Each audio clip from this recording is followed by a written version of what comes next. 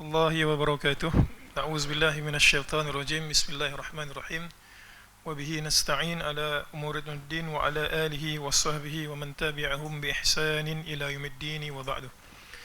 Muslimin muslimat yang dirahmati Allah sekalian, alhamdulillah kita teruskan daurah hari ini untuk sesi yang kedua berkenaan dengan kitab.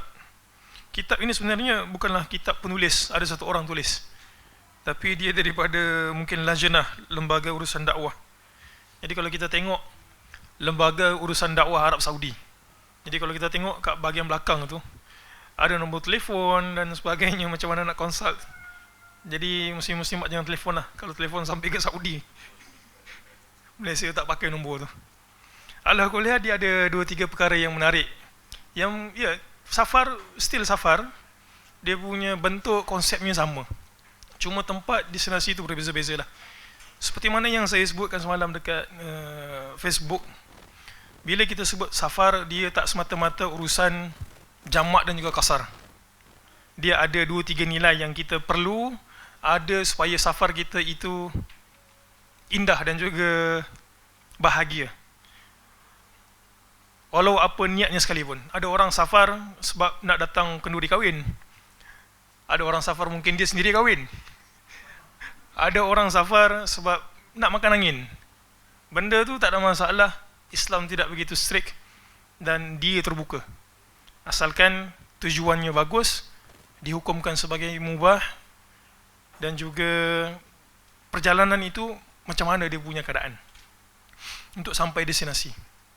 Jadi seperti mana yang saya sebutkan, ada sebahagian orang yang mengambil remeh tentang safar, menyebabkan bila mereka pulang lepas daripada safar, safar itu menyebabkan mereka jadi derita. Contohnya boros dalam perjalanan, kadang-kadang bermain-main sehingga mendatangkan kesederaan. Ini seperti mana yang saya sebutkan, itu adalah pengalaman peribadi saya sendiri. Dalam tahun 2005, tak silap saya, masa saya degree, ada sahabat-sahabat buat apa ni, buat rombongan makan angin lah, laki perempuan. Saya pula tak berkenan dengan rombongan tersebut, jadi saya tak join, alhamdulillah. Tapi dalam perjalanan tersebut, pulang patah balik daripada Port Dickson ke Gombak, lelaki yang bawa kereta tu dia main-main gitu kan, gembira safar. Siapa tak gembira makan angin, suka makan angin, suka kan. Main-main gitu, potong kereta kancil masa tu, bawa 140, 55, kereta tu terkuih sikit. Tu saya sebut, main-main dalam safar tu boleh mendatangkan bahaya. Terkuih, muslim-muslimat tahu apa jadi? Ada meninggal satu orang budak perempuan, kepala dia terhantuk dekat belakang kancil tu, bonet kancil tu terbuka, dia terlempar masuk longkang. Satu orang patah pinggang. Kemudian senior saya yang bawa kereta main-main tu, 2-3 tahun dia hidup, kemudian tiba-tiba sakit kepala, hasil daripada hentakan lama tahun 2005 tu, ada pendarahan otak dia meninggal. 2 meninggal. Jadi safar itu sepatutnya benda yang kita enjoy, Islam izinkan, tapi kalau tak kena cara, jiwa derita. Jadi muslim-muslimat yang rahmati Allah sekalian, saya yakin dan percaya Ustaz Hashimi telah pun bahas tentang beberapa hukum, terutama sekali jamak dan juga kasar pada sesi yang pertama. Cuma kita tengoklah tentang beberapa perkara yang mungkin tidak terkait sangat dengan hukum, tetapi dia memberikan nilai pada perjalanan kita. Muslimin muslimat yang dirahmati Allah, saya akan bermula pada muka surat ke-38. Okay. Muka surat 38. Apa maksud safar? Safar, travel. Ataupun dalam bahasa Arabnya juga boleh disebut sebagai rihlah. Rihlatun, safar. Safar sebahagian mendefinisikan berpindah daripada satu daerah kepada satu daerah. Manakala sebahagian pula mendefinisikan safar, katanya adalah mufaraqatul iqamah. Mufaraqah maksudnya terpisah daripada iqamah, tempat dia hidup. Iqamah ni maksudnya tempat dia stay. Jadi bila dia terpisah daripada tempat dia stay itu kita panggil sebagai musafir. Asalnya safar itu ada pada zaman jahiliyah, kemudian disebabkan syarak kita menentukan beberapa hukum tentang safar, jamak, kasar, dan beberapa hukum lain yang kita akan bahaskan nanti, maka safar itu dia masuk sekali dengan istilah syar'i. Safar dia masuk dalam istilah syar'i. Jadi, bila kita sebut dalam istilah syar'i, dia memerlukan satu definisi. Akan tetapi, definisi tersebut tidak terkait dengan jarak. Walaupun ada sebahagian para ulama kata jaraknya sekian, maka dia dikonsider sebagai musafir. Contohnya dalam mazhab Syafi'i, kita consider sebagai dua marhalah. Bila terkeluar daripada dua marhalah, daripada tempat dia stay itu, katalah saya daripada Gombak, dua marhalah lebih kurang 80 something ataupun 90 something kilometer, maka saya punya status telah pun berubah. Itu pendapat pertama para ulama yang kata safar itu ada had jarak dia. Wallahu alam, yang sahih dalam bab ini adalah safar tidak ada satu definisi yang membabitkan had. Tidak ada satu definisi yang membabitkan had. Seperti mana yang disebut oleh Ibn Taymiyah dan juga anak muridnya Ibn Qayyim Al-Jauziyah. Yang pendapat kedua tu lebih zahir dalam masalah ini. Nabi SAW tak pernah definisikan safar itu apa, sahabat juga tak pernah riwayatkan safar itu berapa kilometer. Jadi, pentingnya kita tahu bila status kita itu berubah. Penting kita tahu bila kita punya status itu berubah. Dan dalam Islam kita ada satu bab dipanggil sebagai, dalam fiqh kita ada satu bab dipanggil sebagai al-'adah al-muhakkamah. Al-'adah al-muhakkamah, di mana adat itu menjadi penentuan hukum. Boleh faham setakat ni? Adat al-muhakkamah. Kalau tak faham boleh angkat tangan kot. Saya terang semula. Adat muhakkamah ini maksudnya adat memainkan peranan untuk menentukan hukum syar'i yang tidak spesifik. Contoh safar tadi tu. Orang Gombak, saya tinggal kat Gombak. Kalau saya pergi ke Temerloh ataupun ke Teluk Intan contohnya, maka orang Gombak anggap jarak sedemikian dianggap sebagai musafir. Contoh lain dalam bab perkahwinan, di mana adat menjadi peranan penting untuk menentukan beberapa perkara. Pernah dengar tak mahar musamma? Mahar musamma dan juga mahar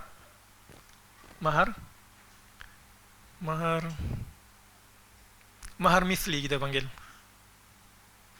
Katalah kalau budak tu dikahwinkan, dia sendiri tak sebut mahar dia berapa. Awak nak mahar berapa ni? Dia malu-malu, dia tutup mulut, dia tutup muka, dia masuk bilik. Sampai ke sudah suami dia tak tahu, bakal suami dia tak tahu awak ni nak mahar berapa. Jadi dia akan dinilai berdasarkan adat. Oh, budak ni ada degree. Kalau kat Kuala Lumpur ni degree berapa dia punya mahar? 3,000, RM3. Marah. 300 takut. Jadi itu maksudnya adat main peranan penting. Bukan dari sudut yang besar-besar ni, tapi yang perincian kecil-kecil. Baik, jadi muka surat 38, jangan dipanjangkan. Di antara petunjuk Nabi di saat safar, seorang Muslim diperintahkan untuk mengikuti sunnah Nabi SAW di dalam setiap keadaan dan kesempatan. Kerana sesungguhnya sebaik-baik petunjuk adalah petunjuk Muhammad SAW, dan Nabi SAW telah menjelaskan kepada kita sejumlah sunnah dan adab dalam safar beliau. Itu mukadimah dia.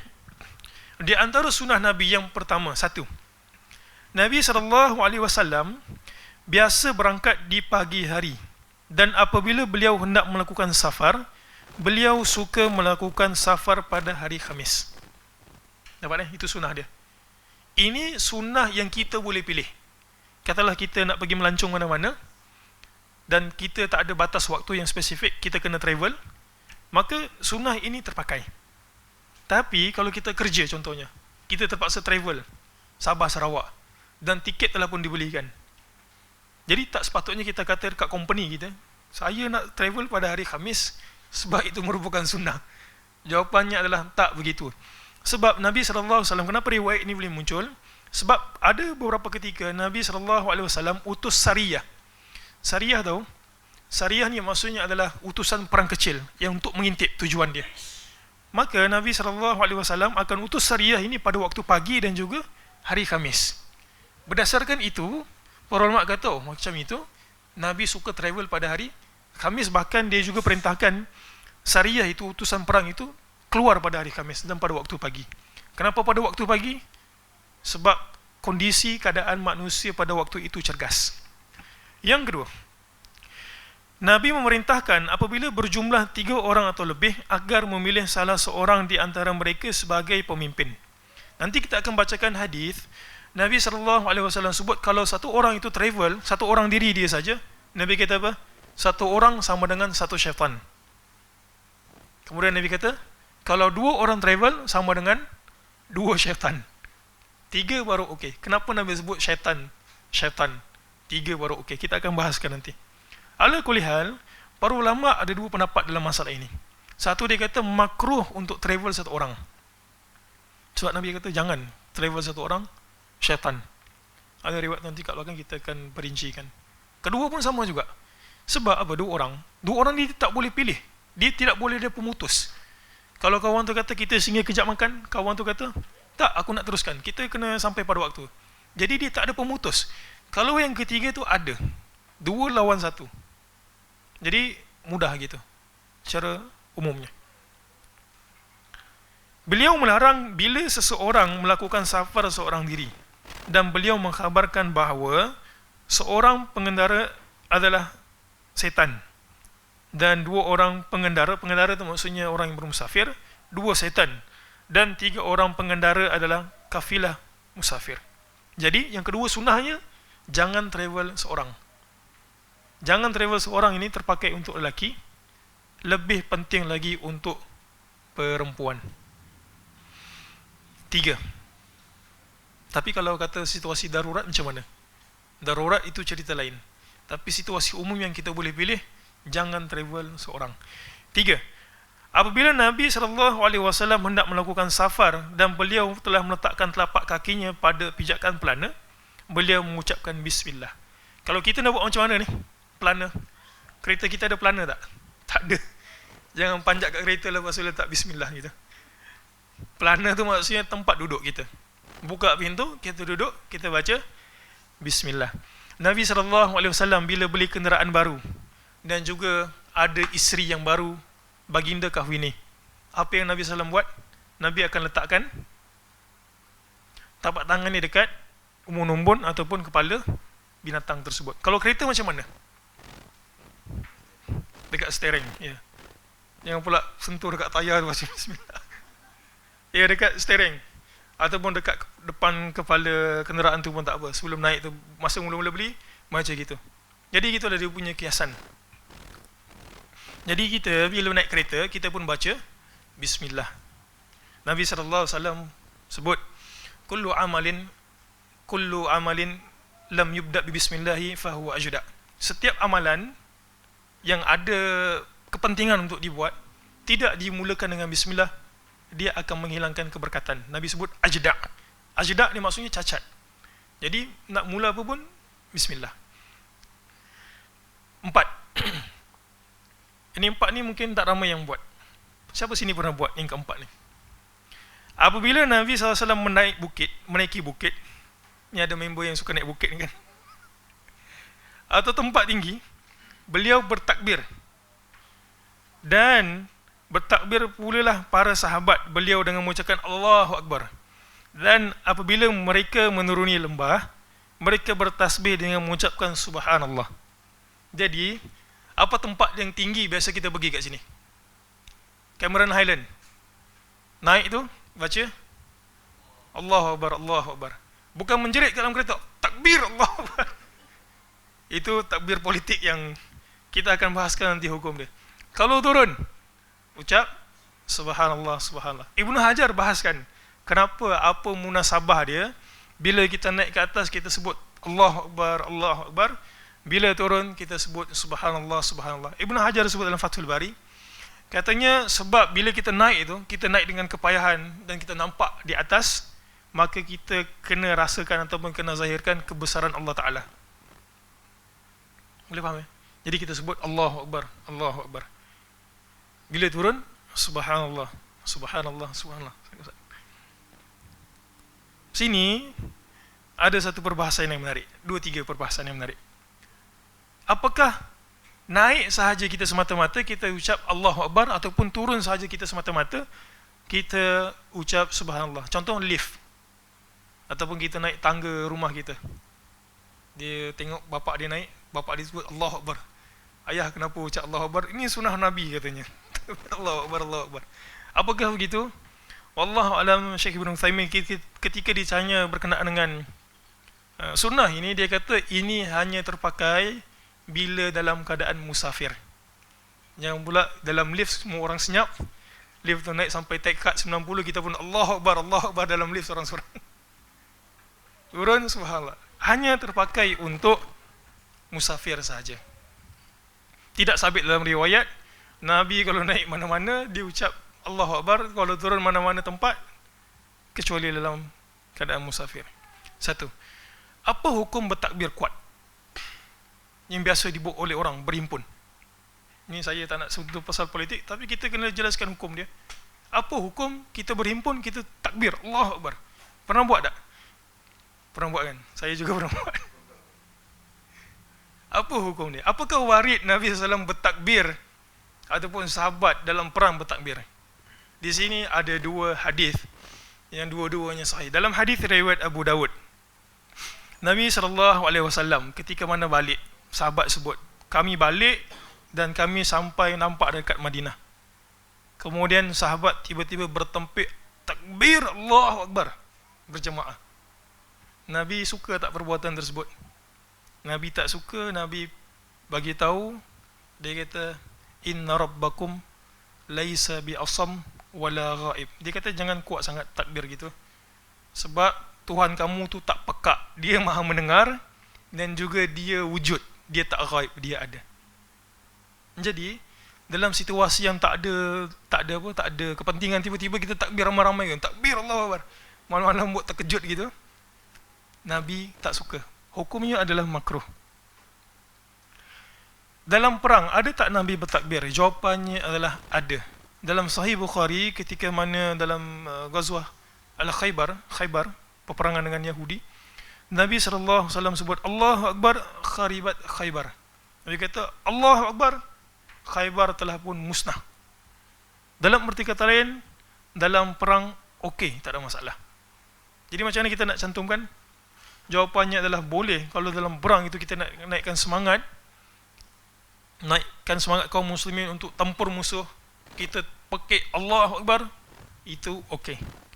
Tapi tiba-tiba kita tak ada, semena-mena duduk sorang-sorang jerit kat takbir Allahu Akbar, kat dapur takbir Allahu Akbar, kat tengah jalan takbir Allahu Akbar, benda tu tak munasabah. Itu yang termasuk dalam larangan dalam hadis riwayat Abu Dawud. Jadi gitu. Yang kelima, jadi takbir, naik, turun, tasbih. Apakah ada had? Tak ada. Naik gitu, nampak kereta ni macam tak boleh pergi kan, naik kancil, naik Cameron Highland, Allahu Akbar, tepuk gitu. Turun aja sangat selekor, subhanallah. Tak boleh lah, tak ada masalah. Dia sebenarnya safar ini, dia taklah macam kita Hari Raya kan. Hari Raya tu Islam meraihkan, safar juga Islam meraihkan. Cuma, kena kawal lah gembira tu kan. Kita tak adalah, kenapa masa muka gitu? Kita nak pergi safar ni, jihad je nama. Tak ada macam tu. Kita enjoy, tapi dalam masa yang sama batas syarat itu dijaga. Baik, jangan panjang-panjang, nanti tak habis. 5. Apabila Nabi SAW melihat satu kampung atau kota yang ingin beliau masuki, beliau mengucapkan doa masuk kampung. Nanti kita akan bacakan. Sebab apa doa masuk kampung? Sebab orang yang ada kat kampung tu rasa asing dengan kita. Jadi bila rasa asing, apa yang biasa orang kampung buat? Katalah orang tu tak pernah datang Baitul Salam gitu, tiba-tiba dia datang, dia duduk depan situ. Apa agak-agak muslim-muslimat akan buat kat dia? Akan jeling kat dia kan, ni apa benda dia tu. Itu biasa, kita normal. Jadi Nabi suruh berlindung daripada syaitan dan juga a'yun. Kita akan baca nanti ada kat belakang tu, a'yun, mata yang khianat. Kadang-kadang mata yang khianat tu dia tak sengaja pun. Seperti dalam hadis Suhail bin Hanif kan, yang dia tak sengaja pun nak, tapi dia terpuji kulit kawan dia tu cantik gitu. Dia tak sengaja pun. Jadi kena doa. 6. Nabi mengkasar solat yang jumlahnya 4 rakaat menjadi 2 rakaat, dan beliau menjamakkan solat zuhur bersama asar, maghrib dengan isyak. Ini rasa semua maklum. Yang ke-7, Nabi tidak melaksanakan solat sunnah rawatib. Okey.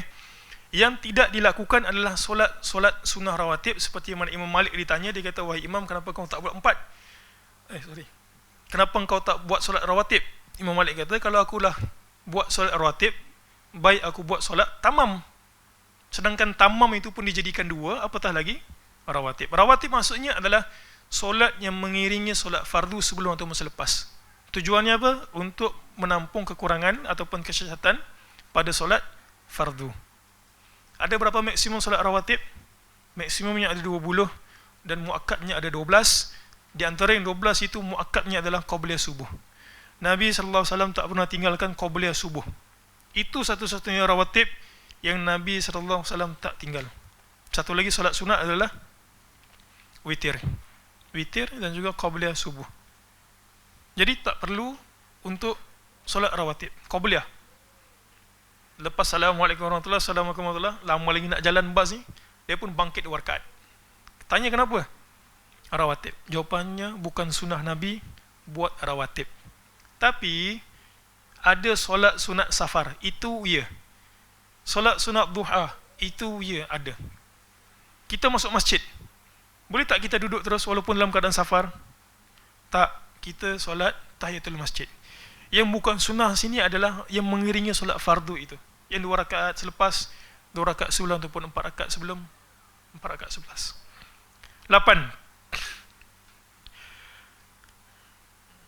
Nabi SAW sedang melakukan perjalanan, lalu tiba waktu sahur atau akhir malam. Beliau mengucapkan, ini doa yang kita kena bacalah.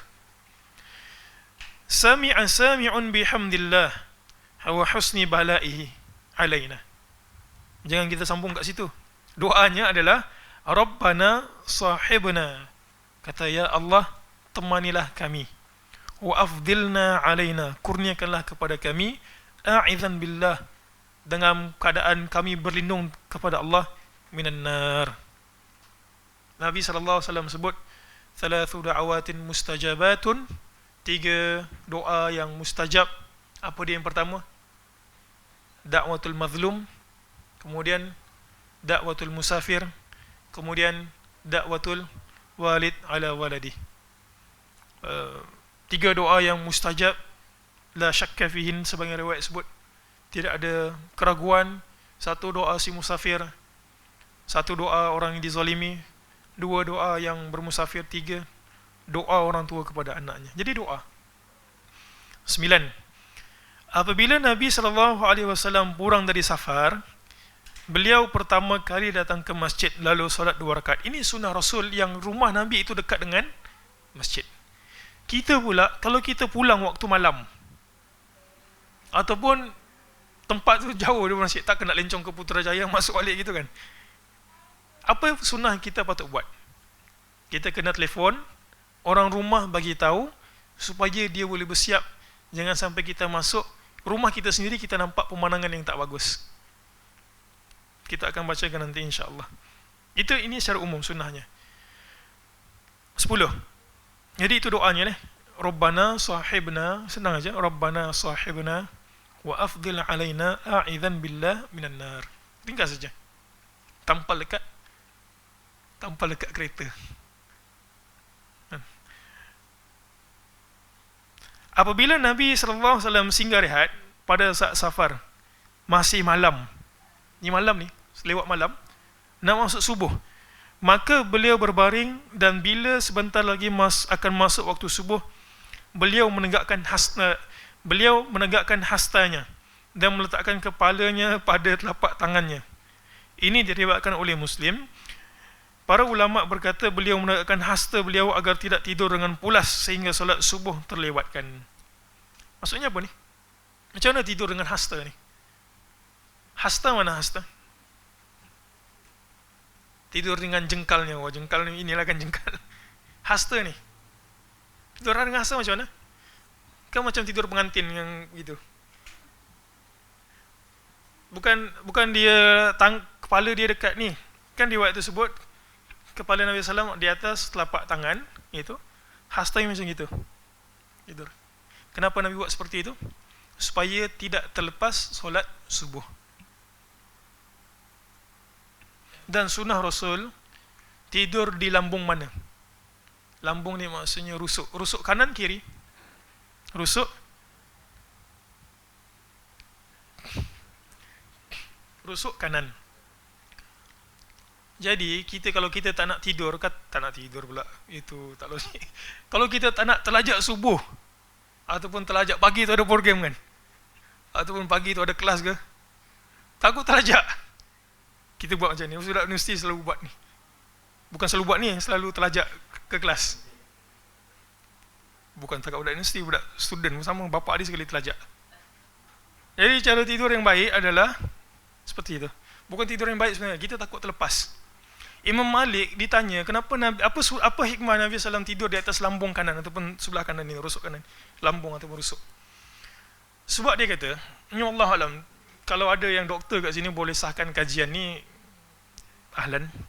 Sebab dia kata, Imam Malik sebut, sebab hati itu, hati itu maksudnya merujuk kepada jantung lah, bukan liver. Jantung berada di sebelah kiri. Jadi kalau dia itu dihimpit, jadi dia akan rasa macam sedap gitu kan, sedap gitu, dibuai. Jadi bila dia tidak dibuai ataupun tidak dihimpit di sebelah kanan, dia terbuka, maka senang untuk orang tu jaga. Ini pendapat Imam Malik. Dan tidur macam itu supaya tak nyenyak sangat. Nak rehat, perlukan rehat. Kita juga tak setuju kalau ada orang yang pergi ke solat subuh, dia punya semangat kuat, dia beriman dengan hadis Nabi itu, siapa yang pergi solat subuh fahuwa fi zimmatillah, dia akan berada dengan Allah Ta'ala. Tapi ada sebahagian orang solat subuh, dia punya solat subuh tu dia macam gempa bumi gitu. Tahu gempa bumi? Allah, dia menggetar gitu, sikit-sikit ke depan, sikit ke depan, sikit ke depan, kaki dia sampai ke depan gitu, pijak. Ada satu orang, saya ingat, ada satu orang ayah ni memang semangat dah, dia bawa anak dia solat subuh. Anak dia ada 2 orang. Ini kat UAE ada selalu. Isnin hingga Jumaat ada budak-budak ni. Tiba-tiba anak dia 1 orang ada, abang dia. Dia kata, mana adik engkau? Saya ada kat depan tu. Dia kata, tak tahu ayah kat mana. Ayah dia cari kat masjid. Agak-agak anak dia kat mana? Tidur dalam sujud. Soft pertama. Dia kata, innalillah kat depan tu. Tidur awal. Kita juga tak setuju macam itu. Dia bahaya kadang. Ada yang sampai tumbang. Ini depan mata saya sendiri, tumbang, jatuh, pop gitu. Lepas tu tak jaga-jaga. Sampai ada seorang pensyarah tu kata, bangun. Tumbang itu, jatuh. Ya, dia ibadah tu dia tak boleh. Ada orang buat program Qiyamul sampai bangun 3 pagi, 4 pagi, tapi dia bagi budak-budak tidur pukul apa? Tidur pukul 2, 3 pukul 3. Mana nak makul, tak logik. Baik, jangan dipanjangkan nanti tak habis. Kita punya objektif dekat Baitul Salam ni, yang penting habis. Kalau tak sia-sia buku kan. Sikit lagi. Berjalan di waktu malam hari hukumnya sunnah apabila tidak ada bahaya yang jelas. Nabi SAW sebut alaikum bid-duljah. Sini ada satu kontradiksi, nanti kita akan sebut. Fa innal arda tutwa bil lail. Nabi sebut, alaikum, hendaklah kamu bid-duljah, safar dalam keadaan duljah. Ingat tak dulu kita pernah hurai panjang tentang duljah ini? Ulama khilaf tentang perkataan duljah. Ada kata duljah ini adalah pada waktu awal malam, duljah. Ada yang kata duljah adalah sepanjang malam. Ya betul, duljah itu secara umumnya waktu malam. Tapi malam yang mana satu, kita ada atama, kita ada duljah, macam-macam lah nama malam tu kan, boleh rujuk balik nanti. Tapi ala kulli hal, Nabi galakkan untuk berjalan malam. Sini berlaku sikit kontradiksi.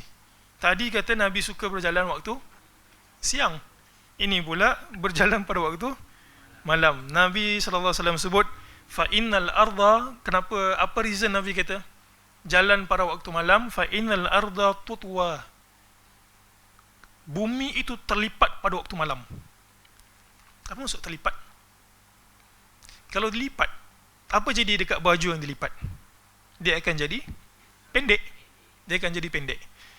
Nabi galakkan sebab pada waktu malam tu kita tak rasa perjalanan tu jauh, maksud dia. Sebab siang panas. Yang lagi yang ada keluarga, sikit-sikit nak ke toilet. Sikit-sikit nak ke toilet, betul tak? Toilet. Kalau malam senang, semua tidur.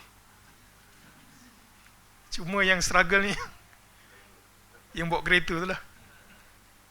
Sampai ada orang buat kat Facebook kan, hargai apa? Jasa ayah. Ya, orang tak tahu struggle bawa kereta. Hashtag isteri. Ya. Isteri mana satu? Semua isteri. Tetua Bilail. Baik. Kita akan dapat satu kesimpulan. Saya tak nak bahas panjang tentang perbahasan tentang benda tu. Kita akan dapat satu kesimpulan. Kesimpulannya adalah Nabi suruh pilih keadaan yang menyebabkan kita selesa untuk musafir. Sebab malam, para ulama bahas kenapa malam. Satu, Nabi berikan reason kat situ. Sebab kamu akan rasa mudah malam, sejuk. Kenapa pagi? Pagi juga sejuk dan juga orang baru lepas rehat dan cergas untuk berjalan. Jadi sebenarnya dia tak kontradiksi, dia ada satu persamaan. Boleh faham Baik, kat sini. Ini satu benda yang sangat menarik. Namun, apabila berjalan di malam hari menyebabkan bahaya yang jelas. Ada orang jenis tak kuat mata dia pada waktu malam. Lepas isyak je tidur. Ada orang macam itu kan, pattern. Saya dulu macam gini juga lah. Itu sebab lepas kuliah je balik tidur. Tak kuat mata tu nak malam, takut gelong. Seperti supirnya mengantuk, supir pula. Dia punya pemandu mengantuk. Cahaya mobil kurang terang. Ini kesian yang dia punya kejap ada, kejap tak ada, kejap ada. Bahaya. Permukaan jalan tak jelas. Adanya kabut dan lain sebagainya. Maka hendaklah tidak berjalan di malam hari agar tidak menjerumuskan diri sendiri ke dalam kebinasaan. Jadi, kita tengok kenderaan. Tengok ahli keluarga kita macam mana. Sebab, kalau kita tak raikan benda ni, keluarga juga kena raikan suami yang bawa kereta. Suami tu kalau dia jadi emo gitu, semua tak kena perjalanan tu, serius. Dia akan jadi mencacatkan perjalanan. Kalau supirnya sudah marah-marah, tak makan ke apa, dia mengantuk, perjalanan tu akan jadi tak bagus, serius. Betul tak? Betul? Jadi, sini ada hikmahnya. Kenapa Nabi kata jalan pagi, kata jalan malam, dan Nabi berikan reason. Supaya perjalanan itu tenang. Jangan kalut. Kalut boleh bahaya. Kan bagus kalau orang semua baca buku ni. Ya, buku ni yang bagus. Sangat bagus. Jadi, tengok keadaan. Di antara sunah-sunah 12. Di antara sunah-sunah yang sekarang ditinggalkan adalah musafir solat sunat di atas kenderaannya.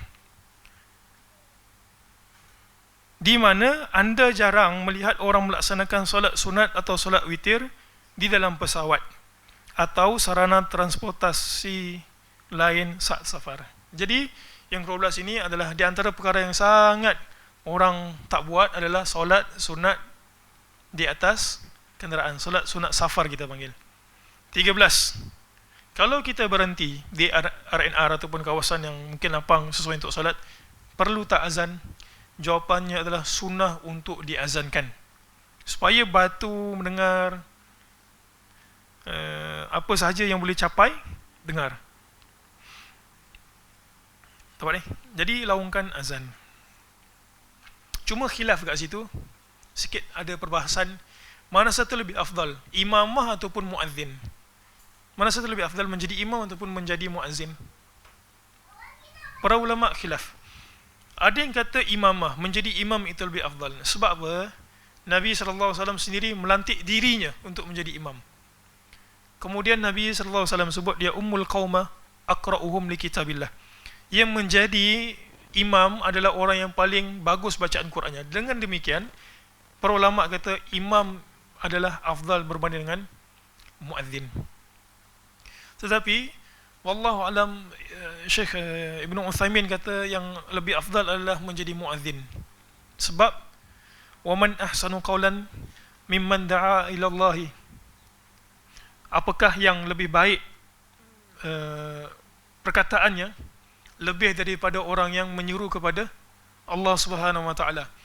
Kemudian Nabi SAW sebut law ya'lamun nasu ma fi as-saffil awwal wa fil adhan thumma lam yajidu alaihi illa lastahammu kalaulah manusia tahu apa yang berada pada saf yang pertama, thumma lam yajidu illa ay yastahimu, kemudian dia tak boleh dapat untuk saf pertama dan juga untuk dapat tempat mengazankan, melainkan dengan buat qur'ah. Qur'ah ni maksudnya dengan buat undian. Lastahamu, Nabi sebut mereka akan buat undian. Dan orang yang paling panjang lehernya dekat akhirat kelak dengan kelebihan adalah orang yang melaungkan azan. Jadi yang demikian, wallahu alam, muadzin lebih afdal menurut sebagian para ulama. Habis. Sikit kita sambung 43, kemudian kita rehat untuk 5 minit mungkin. Ajakan untuk merenung. Bab yang ke-43 ini, muka surat 43, ajakan untuk merenung. Kita skip, kita terus masuk ke muka surat 46. Semua yang disebut tu dalam bentuk puisi. Ini adalah asalnya. Firman Allah Subhanahu wa taala, "Inna fil khalqis samawati wal ard wa ikhtilafil laili wan nahari wal fulki allati tajri fil bahri bima yanfa'un nas وما أنزل الله من السماء من ماء فأحيا به الأرض بعد موتها وبث فيها من كل دابة وتصريف الرياح والسحاب المسخر بين السماء والأرض لآيات لقوم يعقلون." Sesungguhnya pada penciptaan langit dan bumi, pergantian malam dan siang, kapal yang berlayar di laut dengan muatan yang bermanfaat bagi manusia, apa yang diturunkan Allah dari langit berupa air, lalu dengan itu dihidupkannya bumi setelah mati kering, dan dia tebarkan di dalamnya bermacam-macam binatang, dan perkisaran angin dan awan yang dikendalikan antara langit dan bumi, semua itu sungguh merupakan tanda-tanda kebesaran Allah bagi orang yang mengerti. Ayat ini merupakan ayat galakan untuk bermusafir, dalam masa yang sama merenung kebesaran Allah Subhanahu wa taala. Satu. Kemudian bila Allah Taala sebut renung, jumpa tak perkataan ayat itu dekat penghujung tu, la ayat. Jumpa kan la ayat. La ayat maksudnya apa? Tanda-tanda kebesaran. Allah Subhanahu wa taala gunakan isim nakirah. Isim nakirah yang maksudnya umum, secara umum, apa sahaja yang kamu tengok boleh mendatangkan kebesaran Allah Ta'ala dalam jiwa kamu. Kerana apa? Rahmat Allah itu begitu luas.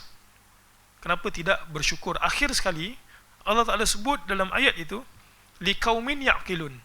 Tak semua orang travel, musafir, boleh mencapai benda yang sama. Hanya ada satu orang sahaja yang bila dia travel, dia akan mendatangkan keinsafan dalam diri, iaitu adalah orang yang ya'qilun, orang yang berfikir. Ada orang safar, mungkin dia gelak-gelak dalam kereta. Ada yang lebih teruk sekali, jelah yang mabuk lah kan, mabuk, isap rokok, itu safar yang tidak ada keberkatan perbuatan itu sendiri. Tapi Allah Ta'ala sebut dalam ayat ini, yang galakannya adalah kita melihat kebesaran Allah Ta'ala, berkenal sama manusia. Bila masuk ke tempat orang, saya rasa kita rehat dulu dalam 5 minit, boleh? Kita akan habis dalam pukul 1 insyaAllah. Kalau tak habis macam biasalah, baca tajuk je. Habis. Subhanakallah wa bihamdik, asyhadu an la ilaha illa ant, astaghfiruka wa atubu ilaik. Bab berikutnya tentang safar mar'ah.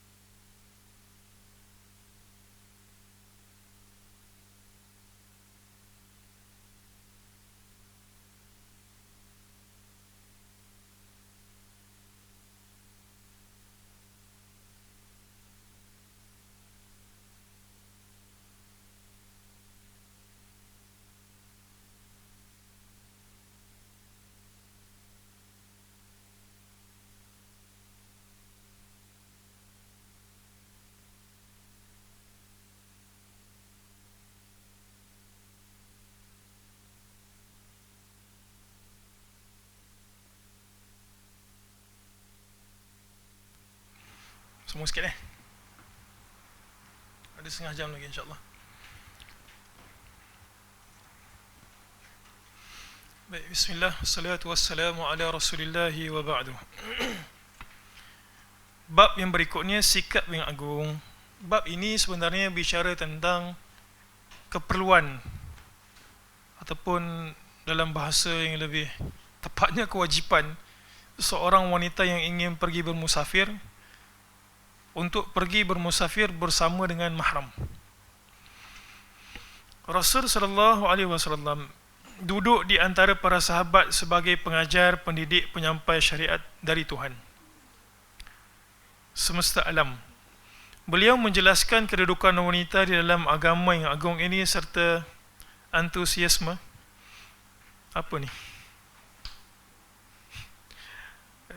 semangat kot beliau untuk menjaga, memperhatikan dan membantunya. Syariat tidak ada kepentingan kepada manusia, tapi manusia memerlukan syariat untuk menjaga kestabilan ekosistem manusia itu sendiri. Di antara perkara yang Islam jaga dan juga lindungi adalah wanita. Dalam daurah yang lepas, dalam bab tabarruj juga kita sebutkan, kesemuanya ini syariat tidak ada kepentingan melainkan kebaikan syariat itu kembali kepada orang yang mengamalkannya juga. Di antara perkara yang syariat letakkan panduan supaya kita itu jaga adalah safar perempuan mesti dengan mahram dia. Nabi SAW sebut, la tusafiril mar'atu illa ma'adhi mahramin. Janganlah seorang wanita melakukan safar kecuali bersama mahramnya. Satu. Dua, Nabi sebut, wala yadkhulu 'alaiha rajulun illa wa ma'aha mahram.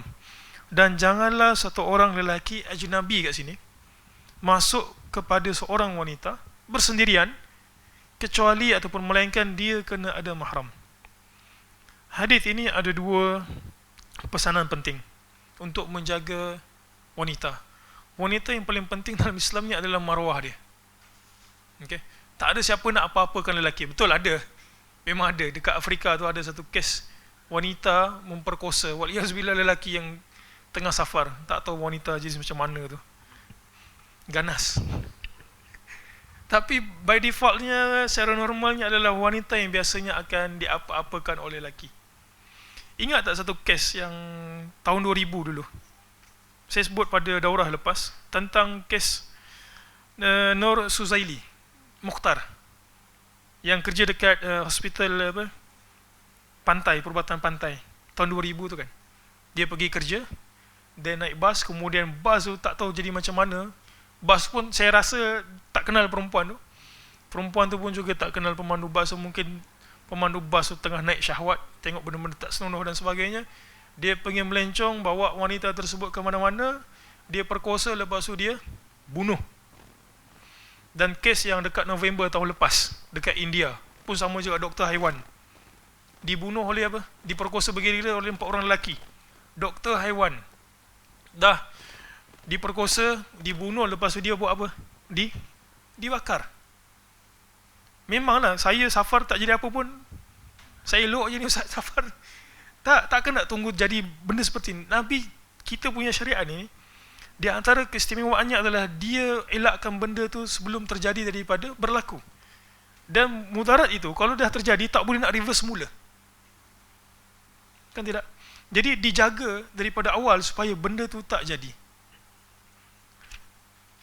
Tu kes yang subhanallah, kita pun tak tahu manusia ke haiwan yang buat seperti itu. Kalau mak dia jadi macam tu macam mana? Kalau adik dia perempuan macam mana?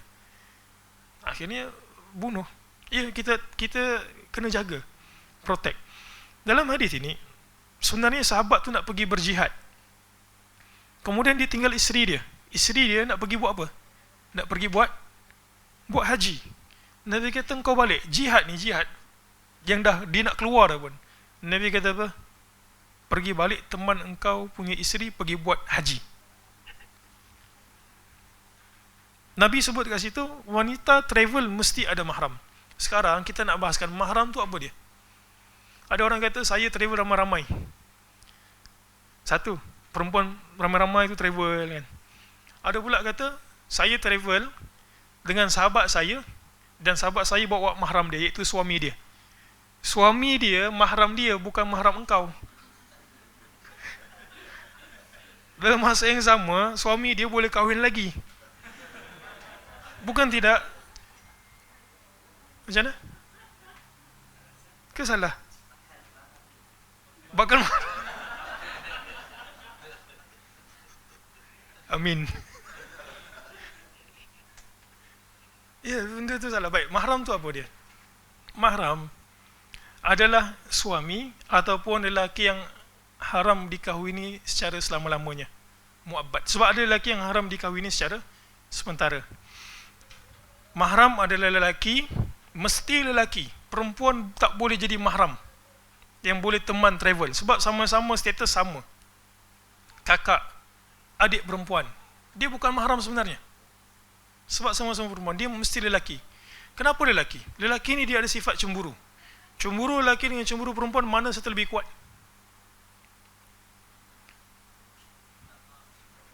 Tak faham? Susah. Cemburu lelaki dengan juga cemburu perempuan, mana satu lebih kuat? Perempuan. Sebab dia tak bagi saya kahwin lagi. Beza. Cemburu mana lebih kuat? Dalam kes Sa'ad kan, Sa'ad, sahabat Nabi SAW, yang dia kalau dia kahwin, dia mesti kahwin dengan anak dara. Dan kalau dia kahwin, dia buat agreement dengan dia punya bakal isteri tu. Dia kata, aku satu hari nanti kalau aku ceraikan engkau, engkau tak boleh kahwin dengan orang lain. Punya cemburu Sa'ad. Nabi dengar Sa'ad macam itu. Dalam kes seorang lelaki, ingat tak dalam kes dalam surah An-Nur, dalam kes li'an itu, dia tanya, wahai Rasul, kalau ada satu orang lelaki jumpa isteri dia di atas katil dia bersama dengan lelaki lain, apakah dia perlu datangkan saksi? Nabi kata, ya, kena datangkan 4 orang saksi. Dia kata apa kat Nabi? Dia kata, tak. Dia kata, kalau aku akan tebas dulu kepala dia, saksi datang kemudian. Nabi tengok Sa'ad, Nabi gelak. Dia kata, tidakkah kamu ajaib, takjub dengan cemburu Sa'ad? Cemburu yang kuat sebenarnya ada cemburu lelaki berbanding dengan perempuan. Cemburu perempuan itu dia cuma cemburu pada satu hak saja. Dia tak nak dikongsi dia punya hak. Dia tak suka dia punya barang itu diguna orang lain. Dia tak suka dia punya perhatian itu ada perhatian yang sama dia tu dengan orang lain. Tapi lelaki punya betul, salah kan? Betul. Betul kan? Tapi cemburu lelaki itu dia boleh membawa kepada bahaya. Dia tak nak dia punya kawasan itu diceroboh. Adik dia akan protect walaupun dia mati. Jadi itu sebab mahram mesti lelaki. Imam Malik ditanya, boleh tak mahram di kalangan budak kecil? Imam Malik kata tak boleh. Sebab budak kecil dia akal dia tak sempurna. Juga dia punya kelemahan ataupun kekuatan ni sama level dengan perempuan. Jadi syarat tambahan untuk mahram dia mesti lelaki. Yang kedua dia mesti baligh. Yang ketiga dia mesti berakal. 3 syarat untuk satu orang itu dijadikan mahram. 4 lah masuk tadi tu, keluarga dia yang haram dikahwini. 1. Pesan Nabi, jangan travel seorang-seorang. Wala yadkhulu 'alaiha rajulun. Jangan satu orang masuk. Ini pesan kat kita lah yang baca hadis ini. Kalau kita tengok, kita pergi rumah sahabat kita, kita tengok yang ada kat situ cuma isteri dia ataupun isteri dan anak-anak dia. Kita baca hadis ini, macam mana kita nak apply? Tanya member tu, kau ada tak kat rumah? Aku nak bagi barang, nak bagi something, kena buat urusan ni. Yang ada cuma isteri kau aja. Kalau dia kata tak ada, tak boleh sampai, tak boleh tunggu, kita balik. Sebab benda itu Nabi larang. Kita tak tahu macam mana jadi kat kita, tiba-tiba tengok isteri dia, jadi perasaan kita macam berubah ke. Benda tu tak bagus. Lebih baik untuk balik, tunggu, berbandingan masuk dalam keadaan berkhalwat. Kecuali lah barang itu, saya letak barang ni kat depan, nanti awak ambil, balik terus. Tak payah tanya, apa khabar awak, dah makan ke belum? suami awak sihat, benda tu tak bagus. Saya nak tanya muslim kat sini, suka tak kalau isteri dia buat seperti itu? Tak suka. Kalau tak suka normal, kalau suka pelik. Itu cemburunya lelaki. Dapat Jadi perempuan, wanita seharusnya travel dengan mahram. Bahkan urusan haji, apa syarat istita'ah bagi perempuan? Di antara syarat haji itu ada satu syarat. Syarat wajib dipanggil sebagai istita'ah. Wajib maksudnya kalau benda tu ada, dia wajib pergi. Istita'ah kan? Syarat kemampuan. Orang miskin tak mampu pergi haji, dia tak wajib pergi. Ataupun umrah, dia tak wajib pergi. Syarat itu ada tambahan bagi wanita. Selain daripada bentuk fizikal, duit, punya tambang pergi balik, punya bekalan makanan. Syarat dia apa? Mesti ada mahram yang pergi menemani.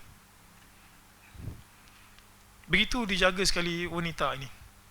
Tapi malangnya ada sebagian wanita yang dia sendiri yang tidak mahu untuk dijaga. Dia kata itu bentuk pengongkongan.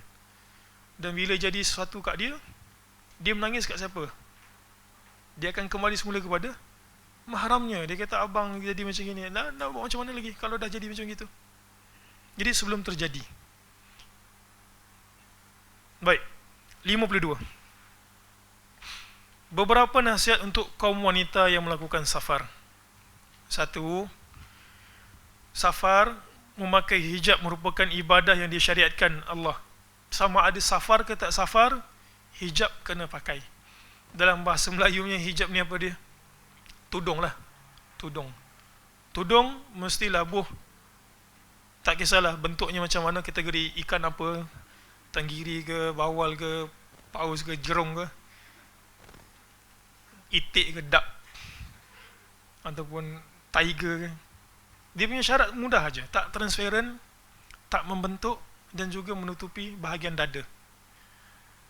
Itu sebab dalam surah Al-Ahzab Allah Subhanahu wa taala sebut, ya ayuhan nabi qul li azwajika wa banatika wa nisa'il mu'minin yudnina 'alaihinna min jalabibihin. Nabi, Allah Taala perintahkan, bagi tahu dekat engkau punya isteri-isteri, wa banatik, dan engkau punya anak-anak perempuan, dan juga wa nisa'il mu'minin, wanita-wanita di kalangan orang yang beriman. Supaya apa? Yudnin, apa? Melabuhkan, menutup aurat. Kemudian Allah Ta'ala sebut, dzalika adna ay yu'rafna fala yu'dzain. Kerana bila mereka berpakaian seperti itu, mereka akan dikenali. Oh, ini wanita bagus-bagus, ini wanita muslimah, dan mereka tidak akan diganggu. Fala yu'dzain, dia tidak akan diganggu. Mata-mata tak tengok kat dia. Tengok juga sebenarnya, tengok juga. Tapi dia itu lebih terlindungi. Kerana Allah Ta'ala sebut, wa kana Allahu ghafurur rahimah. Yang dah lepas kamu buat, Allah Ta'ala ampunkan. Tapi jangan buat lagi. Jadi pemakaian juga sebenarnya penting semasa travel. Pilih pakaian yang betul lah. Pilih pakaian yang betul. Ada orang pergi travel pakai apa? Pakai plekat, baju kelawar gitu.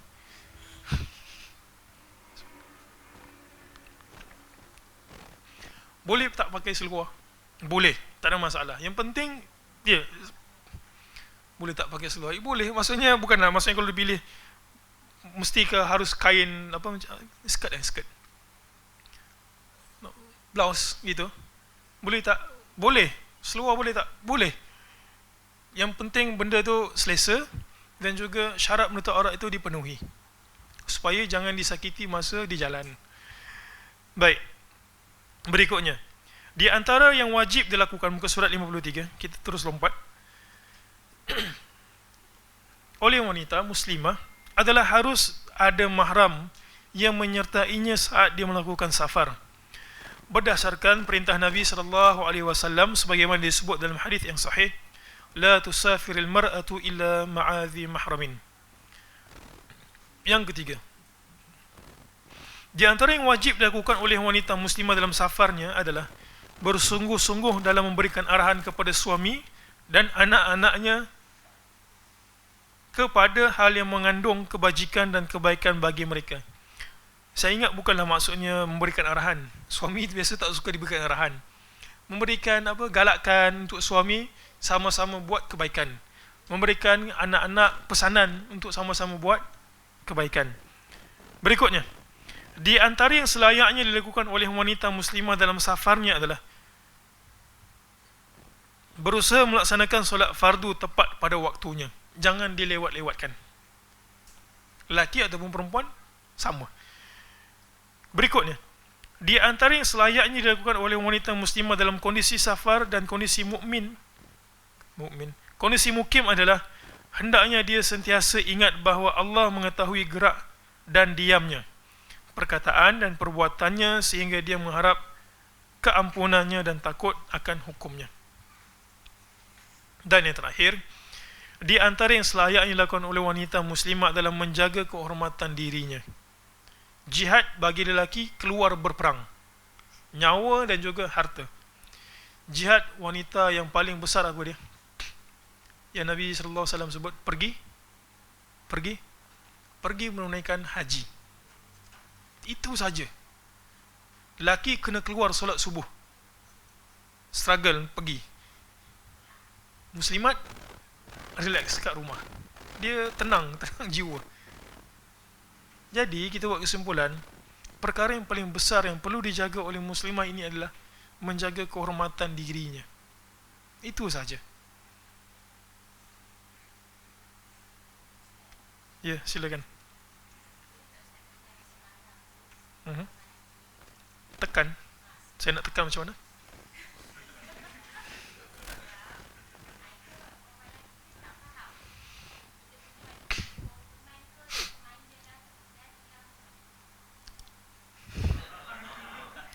Saya rasa itu bukanlah persoalan tekan, kan?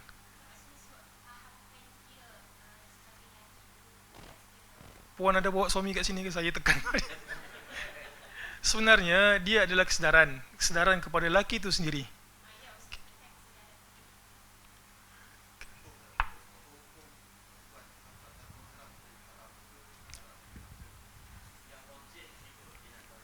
Yang rojihnya, saya sendiri berpegang sekurang-kurangnya makruh, lebih kepada haram. Okey. Tapi masalahnya lelaki tu tak faham.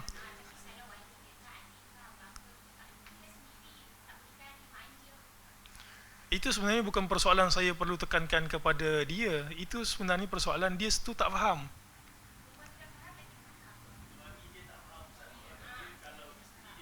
Ya, saya faham soalan tu. Isteri dia faham, tapi suami dia tak faham. Tak faham agama maksudnya, kan? Jadi dia tak ada.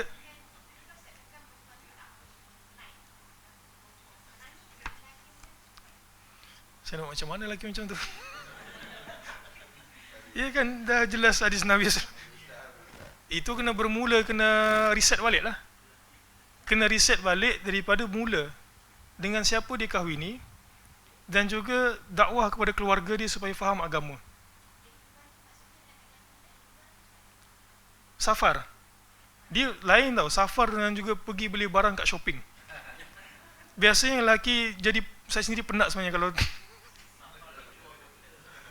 saya tak ada isteri lagi, tapi kadang-kadang teman jalan tu penat. Biasanya perlu dibezakan. Yang lelaki biasa tak suka nak buat ini adalah yang pergi shopping. Shopping termasuk tak dalam kategori safar?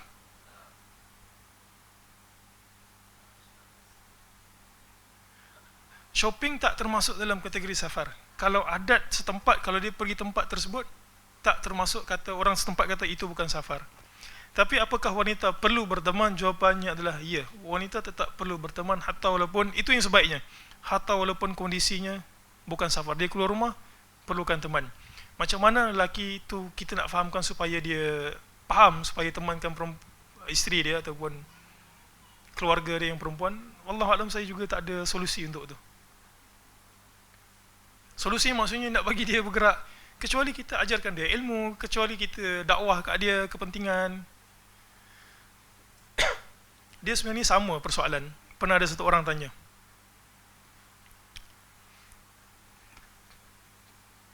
dulu tak jawab ni. Dia sebenarnya konflik begitulah. Apa hukum suami yang tidak memberikan izin isteri dia untuk pergi ke rumah orang tua dia? Boleh tak? Dia kata, abang saya nak pergi, habis saya nak pergi balik kampung, nak ziarah mak saya. Boleh tak suami tu kata, jangan? Kalau tengok para ulama yang silam dulu, ada yang kata tak boleh. Sebab seolah perbuatan suami itu memutuskan silaturahim di antara isteri dia, anak dan juga orang tua dia. Tetapi kita kena tengok kondisi pula. Kenapa suami dia larang? Itu sebab ada ulama yang fakir tu, dia tengok, dia kata bukan itu saja dia punya ni. Betul, kita haram untuk memutuskan silaturahim.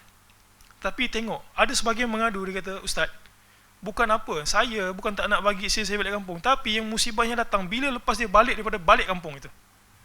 Dia akan tengok rumah mak dia, dia akan compare dengan keadaan dia punya kawan-kawan dia yang ada kereta mewah, langsir baru, menyebabkan saya jadi susah, Ustaz, dia kata. Kasut baru, kan jadi macam itu kan. Jadi para ulama kata, tengok keadaan siapa yang minta fatwa itu. Betul, wanita kena ditemani, tapi dia akan menjadi susah kalau sikit-sikit dia nak keluar, sikit-sikit nak keluar, dan menyebabkan kerja lagi itu jadi terbatas. Boleh faham? Ke macam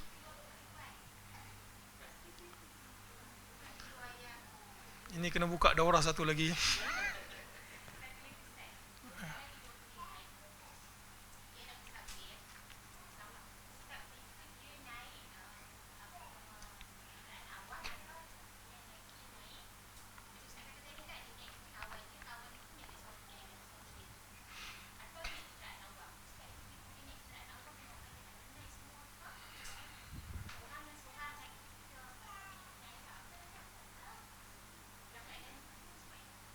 Bukan saya prefer sebenarnya.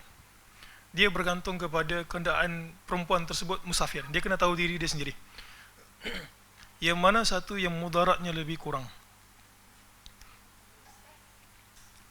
Kalau dia rasa suami kepada isteri dia tu seorang yang soleh, boleh menjaga pandangan, dan wanita tu juga terkenal soleh, teman dia, maka itu lebih selamat bagi dia untuk naik berbanding dengan dia naik pengangkutan awam secara beramai-ramai.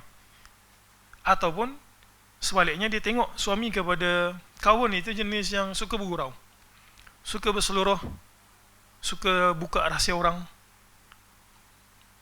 berbanding dengan kalau dia pergi ke dekat pengangkutan awam, yang benda tu semua kalau dia pergi kat situ, ya mungkin mudaratnya ada, dikacau oleh orang awam yang lain, tapi tidak semudarat kalau dia bersama dengan suami lelaki kawan dia.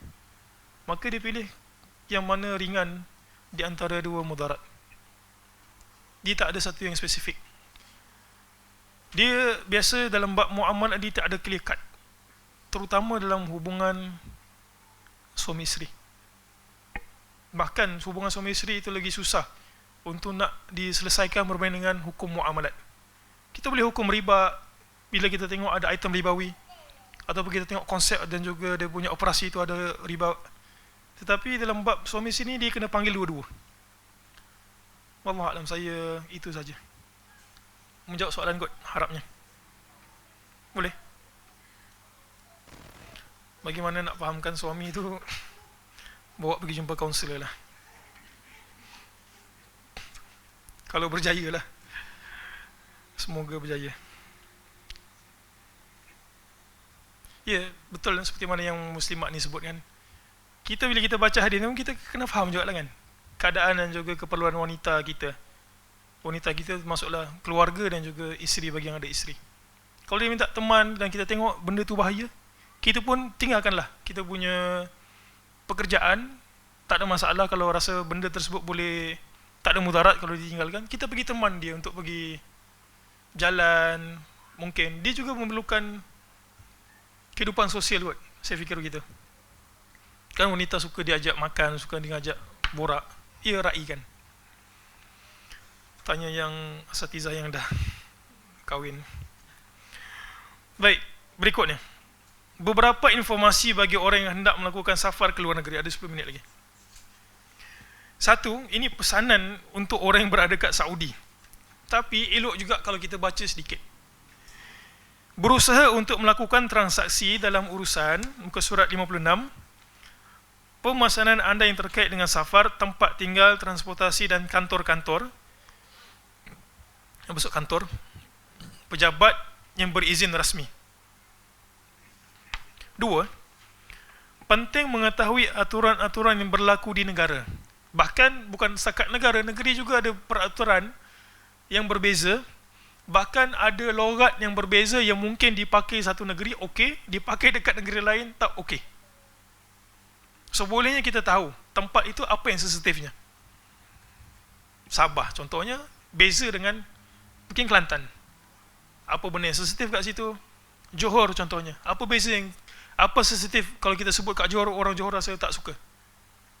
Banyak benda lah kan. Jadi benda itu sebenarnya kita kena raikan juga.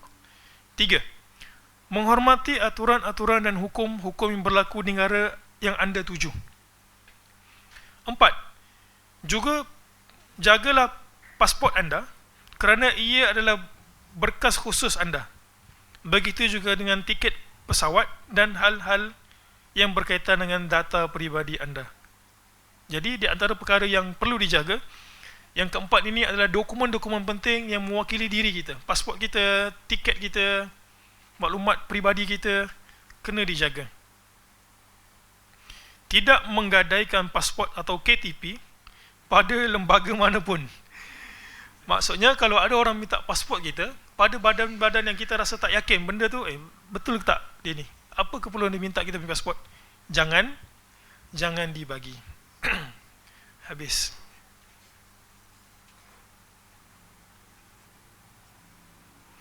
Wasiat bagi yang bermusafir. Banyak wasiat ini. Satu, mewujudkan takwa kepada Allah Subhanahu Wa Taala pada setiap tempat dan waktu. Tidaklah mesti kita sepanjang perjalanan itu berzikir, tidaklah seperti dalam perjalanan itu baca Quran, boleh diselang-selikan. Tapi asalkan tidak ada kemaksiatan dalam permusafiran kita. Dua, bersungguh-sungguh dalam berdoa dan mohon kepada Allah. Doa. Tiga, berusaha untuk membeli rakan-rakan yang baik dan salih yang dapat memotivasi kepada kebaikan dan perbuatan baik. Nabi SAW sebut dalam hadis riwayat Abu Daud dan juga Tirmizi, Nabi kata apa? La tusahib illa mu'minan. Janganlah kamu berkawan. Sahib ni maksudnya teman baik. Melainkan dengan orang yang beriman. Sebab orang yang beriman ini bila dia faqih, dia akan tahu perkara-perkara batas bermuamalat. Dia tak akan mengumpat. Dia tak akan mencerca. Kalau nasihat dia bagus. Sama juga lah dengan macam suami tadi tu kan. Dia kena riset balik suami dia tu. Pastikan suami itu tahu agama. Kalau dia nak musafir, suami dia teman tanpa perlu dia beritahu. Yang menariknya hadis tu pula dalam hadis riwayat Abu Daud dan juga Tirmizi, Nabi kata apa? Wala ya'kul ta'amaka illa taqi. Dan janganlah makan makanan kamu melainkan orang bertakwa. Pernah ingat tak hadis tu? Jangan berkawan ataupun bersahib teman rapat melainkan orang beriman, dan janganlah makan makanan kamu melainkan orang tersebut orang yang bertakwa. Boleh tak kalau kita serve makanan kita dekat orang kafir berdasarkan hadis itu? Jawapannya adalah boleh. Tapi yang dimasukkan dalam hadis itu, orang yang kita jemput ke rumah, yang selalu datang ke rumah kita, kita bagi makan, sepatutnya orang bertakwa. Sebab apa? Orang bertakwa kalau diberi makan, apa dia buat lepas dia makan? Dia akan doakan. Kalau dia datang ke rumah, dia akan jaga aurat rumah tersebut. Pandangan mata dia tak liar. Itu sebab Nabi kata, kalau bagi makan, pastikan yang kamu datang jemput ke rumah yang biasa kamu bagi makan itu orang bertakwa. Plus ada nilai tambah. Kalau kita bagi orang bertakwa, katalah kita bagi student universiti ataupun student miskin, dengan kita beri makan itu jadi asbab untuk dia kuat menuntut ilmu, kita boleh pahala. Berbanding kalau kita bagi dengan orang yang entah mana-mana, betul itu merupakan satu kebaikan sedekah, tetapi tenaga dia itu ke mana akhirnya? Dia tak lebih maksimum kalau kita bagi dengan orang yang bertakwa. Itu sebab Nabi kata, la tusahib illa mu'minan wa la ya'kul ta'amaka illa taqi. Sebabnya rapat kita bagi makan selalu ni orang bertakwa. Keempat, menyedari hakikat kematian dan akhir hidup. Kelima, hendaknya musafir mengetahui bahawa Allah Subhanahu wa taala adalah pemilik seluruh kerajaan dan pencipta langit dan bumi seluruhnya. 6. Hendaknya musafir berhati-hati dengan sikap fleksibel yang buruk dalam kepribadian, yakni hendaknya dia tidak menjadi orang yang salih pada waktu satu tempat dan menjadi orang menyimpang lagi lalai pada waktu di tempat lain. Datang kat waktu salam, dia jadi orang yang bertakwa. Bila kat tempat lain, dia jadi orang yang macam lain. Dekat mukim, dia jaga dia punya penampilan. Dekat travel, dia jadi macam orang lain. Ini pesan yang keenam tu. Ini sama-sama kita lah semua. Boleh faham maksud yang keenam tu? Yang ketujuh, daripada mengikuti orang yang lalai dan mengagumi mereka, alangkah bagusnya bila anda mengambil pelajaran dari keadaan dan kehidupan mereka. Maksudnya, jangan ikut orang yang lalai. 8. Hendaknya musafir melipat gandakan kesungguhan melaksanakan hak-hak Allah. 9. Hendaknya musafir mengetahui bahawa pada saat orang lain mengetahui bahawa dirinya adalah seorang Muslim berkebangsaan Arab dari negara tertentu, maka mereka akan menganggapnya sebagai wakil. 9 ini dia nak bagi tahu, kalau pergi ke tempat orang dan orang tahu awak tu daripada mana, jadi kena behave. Sebab orang tak akan tengok kita punya percakapan, tapi orang akan tengok kita punya perbuatan. Jadi yang ke-9 nak bagi tahu apa? Jaga maruah sebagai seorang Muslim. Tengok Muslim buang sampah, makan buang, sampai lebuh raya tu apa, penuh dengan sampah. Ni negeri Muslim mana ni kan? Tak bertamadun. Jadi kena jaga. Biasanya yang pernah dengar tak? Yang buang sampah tu kena tempek dekat satu negeri. Faham ke tak faham? Yang buang sampah tu biasa kita saban tahun, biasa orang akan tempek dekat satu negeri kan? Kenapa? Padahal bukan semua orang dalam negeri tu, tapi itu nak bagi tahu. Kita mewakili tempat kita. Kita mewakili orang Muslim. Jadi jangan buang sampah kat tepi jalan. 10. Hendaknya musafir berhati-hati tinggal di negeri kafir tanpa kebutuhan, tanpa keperluan yang mendesak, kerana dalam hal itu mendapat kerosakan-kerosakan yang akan menimpa agama dan akhlak sebagai seorang Muslim. Saya dulu anggap benda ni macam takkanlah pergi ke tempat kafir tiba-tiba berubah kan. Agak berubah tak? Berubah. Macam mana saya tahu?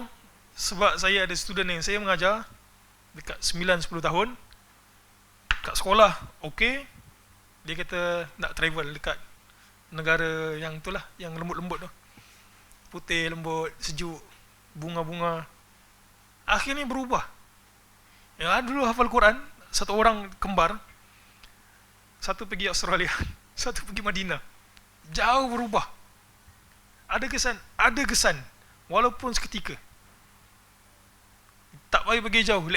Lecturer yang mengaji dekat Timur Tengah, bila dia supervise kita dengan lecturer yang mengaji dekat ni, ada beza kesan itu. Pemikiran tu ada. Jadi berhati-hati. Kita tidak menghalang untuk satu orang pergi travel untuk makan angin dan sebagainya.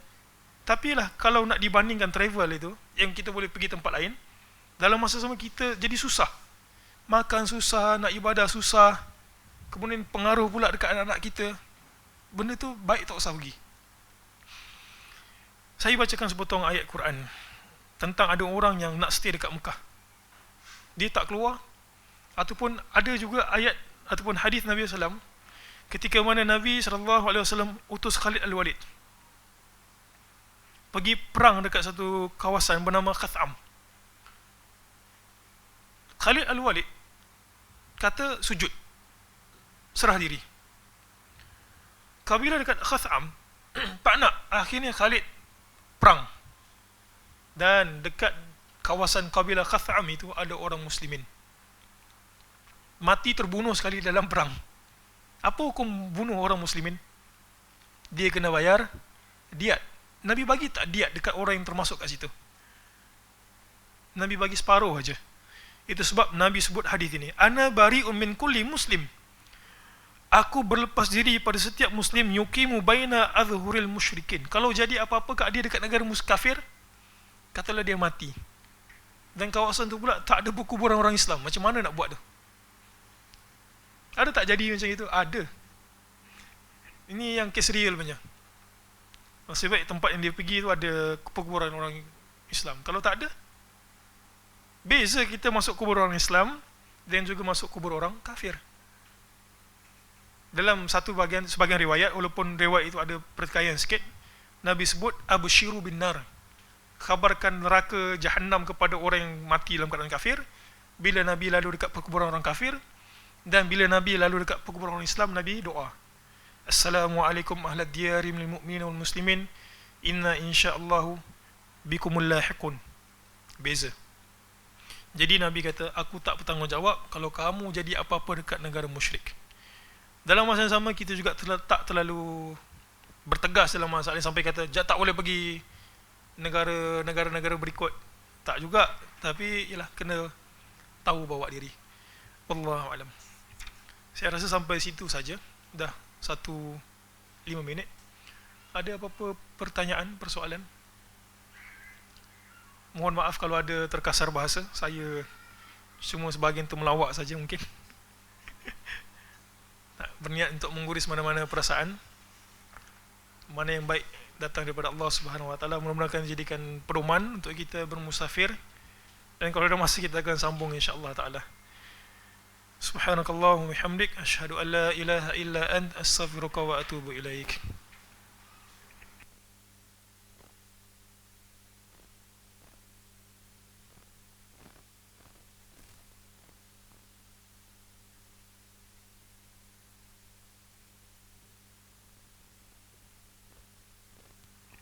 Malam ada sesi lagi. Malam ni kita musafir sampai ke takkan kita musafir ke neraka. Ke alam akhirat. Boleh letak ni. Saya ada urusan sikit kat Gombak, perlu ni sikit. Ada live, tak ada live malam ni kan?